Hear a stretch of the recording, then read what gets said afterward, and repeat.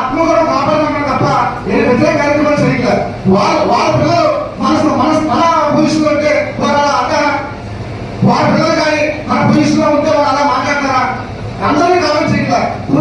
కొంతమంది అధికారులు రీసెంట్ గా ఒక జిల్లా పేరు మెన్షన్ చేయదలుచుకోలేదు, ఎందుకంటే వాళ్ళ గౌరవం తీయదలుచుకోలేదు.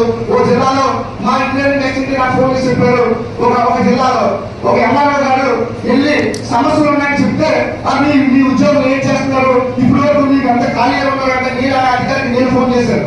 ఫోన్ చేసి మాట్లాడడం జరిగింది. సార్ మేము ఉపయోగిస్తున్నాం 1,25,000 ఉద్యోగులు తరపున మీరు ఆ స్టేట్మెంట్ ఎలా పాస్ చేస్తారు? మీరు ఒక అధికారి ఆ పొజిషన్ లో ఉన్నప్పుడు సమస్యలు తీసుకురావడం మేము మీకు రిప్రజెంట్ చేయడం కాదు. కానీ మీరు ఆ సమస్య తీసుకొచ్చినప్పుడు మీకు అవకాశం ఉంటే తీర్చాలి, లేకపోతే అవదని చెప్పాలి తప్ప మీ 1,25,000 ఉద్యోగులు మీరు ఏం చేస్తున్నారనే స్టేట్మెంట్ ఎలా పాస్ చేస్తారు? అంటే ఉద్యోగులందరినీ ఒకలాగా మన గ్రామానికి ఉద్యోగులు ఒకలాగా ఎందుకు చూస్తున్నారని ప్రభుత్వాన్ని మనం అడుగుతున్నాం. అంతే తప్ప మనం ఏం కోరట్లేదు.